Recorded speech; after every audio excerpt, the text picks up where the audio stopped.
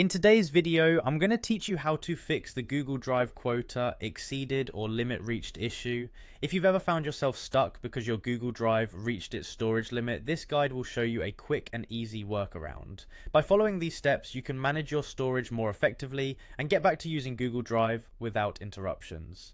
Let's dive into the process. First, you'll want to open Google Drive. You can do this by navigating to the Google Drive homepage on your browser. Once you're there, look for the New button, usually displayed at the left-hand side of the screen.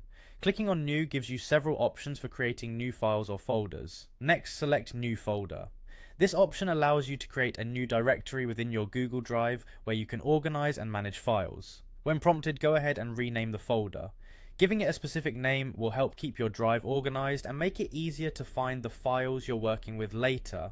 After you've renamed the folder, you'll see a Create button. Click on that to finalize the creation of your folder. Now that you have a new folder, go back to your main drive interface.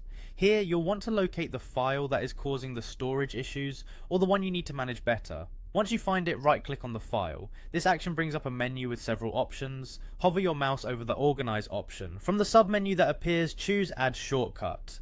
Adding a shortcut will allow you to quickly access this file from different locations without duplicating its data, which can help manage your storage usage. After selecting Add Shortcut, you will need to choose the folder where you want to place the shortcut. Locate the folder you just created and select it. Once done, simply click Add to complete this part of the process.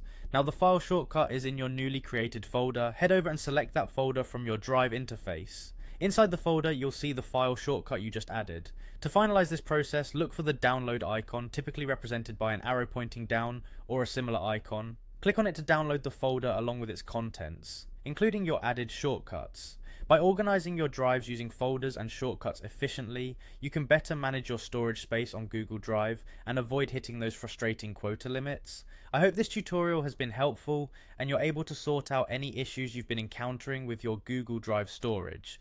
Thank you for watching, and be sure to check back for more helpful tech tips and tutorials.